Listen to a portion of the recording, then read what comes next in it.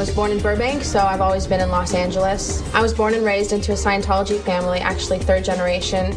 My grandma is a Scientologist. All of my aunts and uncles are Scientologists. My cousins are Scientologists. Scientology is an applied religious philosophy. It was started by a man named L. Ron Hubbard. According to the church, Scientology focuses on self-knowledge and self-help. Basically, in the beginning stages, there's like life improvement courses where you learn about communication, you learn how to get along with others, financial planning, very basic stuff, which is all great. A cornerstone of Scientology is their belief in reincarnation and that all beings are actually Thetans. A Thetan is a spirit. That's it. It's you without the physical mass of your body. And, you know, Scientologists believe that you're not a body. You're the Thetan, and the Thetan moves on into other bodies. At the age of 16, Amy decided to dedicate her life full-time to Scientology.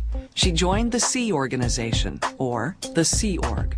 Basically what it is it's people who have signed a billion-year contract because they believe in reincarnation. Not all Scientologists are members of the Sea Organization, only the most dedicated to furthering objectives of the religion. Members work and live full-time at Sea Org facilities.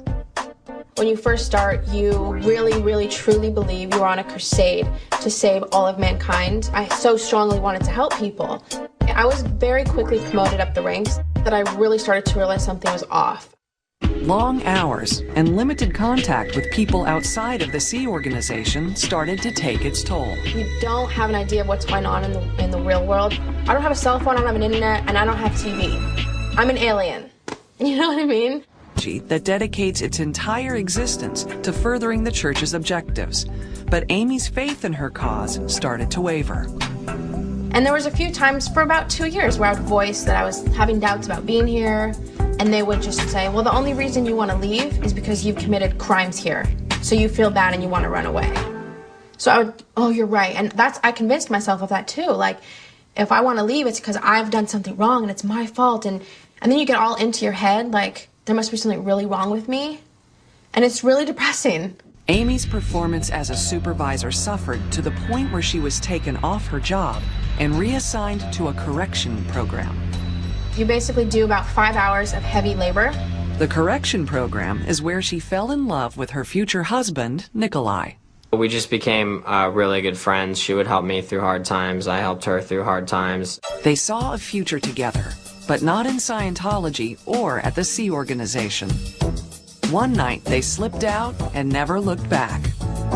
It was the scariest thing I've ever done. I can tell you right now, leaving is the scariest thing I've ever done in my entire life. But even after she left the Sea Organization, Amy still wanted to remain in good standing with the church so she wouldn't be labeled a suppressive person, or an SP. A suppressive person is basically somebody who is bent on doing total destruction. They don't want any good to happen. When I left, I had no intention of being labeled a suppressive person. That's because Amy's entire family is still actively involved in Scientology, and it's against the rules for Scientologists to communicate with SPs. The couple was forced to make a choice. You see, Nikolai's family were all already declared as suppressive people. So at that point it was like, well, you can either stop talking to Nikolai's parents or you can talk to Amy's parents. It was a grueling decision.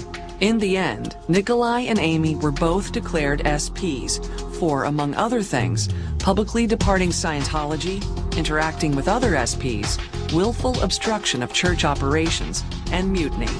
They were both forced into a state of what Scientology refers to as disconnection.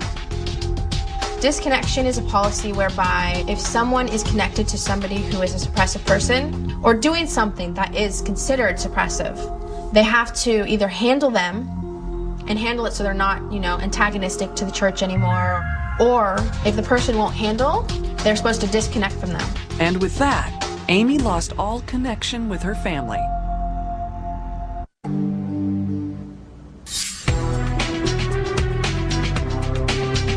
It's been 2 years since Amy and her husband were declared suppressive persons by the Church of Scientology, effectively cutting off all communication with her entire family, who are still actively involved in the church. When I first left and I was first declared a suppressive person, there were about 3 times that I contacted my parents since then. And they did talk to me. They did pick up the phone. And all they're telling me is, get back in Scientology, get back in Scientology. And now more than ever, Amy needs her family. I'm 7 weeks pregnant right now, my first child. Obviously, I'd love to have my family in touch with me. Now she's trying to get through to her parents and her sister the only way she knows how. There's a group called Anonymous that has become huge. There's a lot of people who just feel the same way. They feel there's specific abuses in Scientology, the fact that they're tax exempt, and the whole fact that families have been torn apart, and they're trying to do something about it. I'm looking for my husband. I have at least 5 friends in Los Angeles area who are declared a suppressive person and who do not have any contact with their family members. So, you know, I'm not alone. I'm one story out of like thousands. Amy's sister Kelly is still a member of the Sea Organization. Kelly's ex, Kelly's ex, Kelly's ex, Kelly's ex. But guards will not tell her that Amy is outside. I don't know why my sister can't come down and see me for 5 minutes. I haven't seen her in a year and a half. I'm pregnant. She's going to be an aunt. Why can't I tell her that? I demanded that she comes down so I can tell her she's going to be an aunt. And I asked all the security guards that I could find. I asked the men standing in front of the building, and they just ignored me. Amy did not get to see her sister and tell her the news about her pregnancy, but she hopes her actions are somehow getting across to her family. You know, I think that they now know that I'm protesting and I'm speaking out, and I don't consider myself an attacker of the church at all. Scientologists are generally really good people, just like me, who want to help the world. But I cannot forget the fact that I cannot call up my mom every day and chit-chat with her.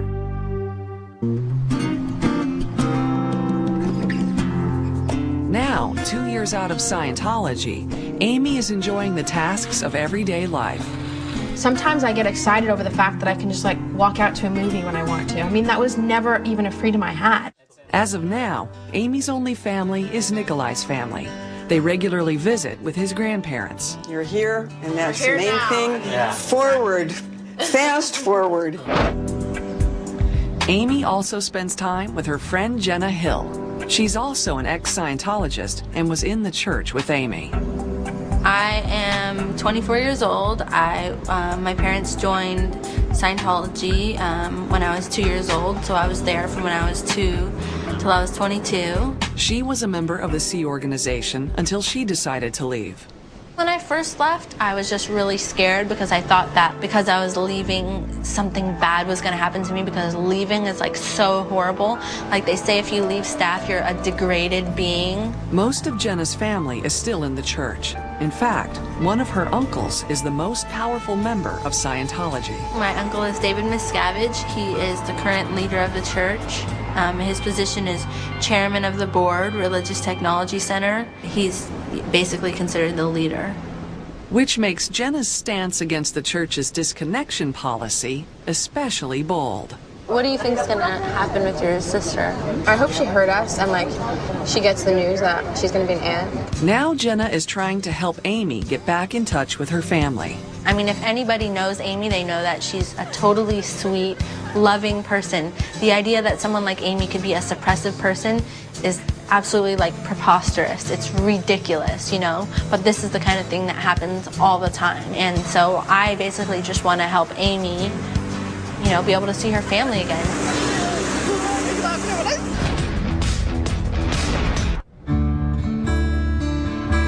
It's been 2 years since Amy was declared a suppressive person by the Church of Scientology. Oh, these are bib. This is a bib. Now pregnant with her first child, she's not been able to share the good news with her family. I would really like to tell my family what happened to me. I would love to be able to tell them my whole story, everything that I was told about them when I was in, everything I was made to do, all the things I wanted to tell them when I was in but couldn't. It's not clear if Amy will ever get the chance to tell them, since the rest of her family are still active members of the church. But if she had to do it all again, she wouldn't change a thing. I think I would have left even knowing I was never going to talk to my family again. Now she's looking forward to her future and starting her own family. When the baby's older, yeah, favorite people, favorite things. I feel like now I'm living my life for me. I'm doing the things I want to do. Nobody's telling me I can't do anything. I can talk to whoever I want to and not worry about, is someone going to find out about it? I just feel like I have complete control of everything I'm doing and complete freedom, and I've never felt it before, and it's really awesome.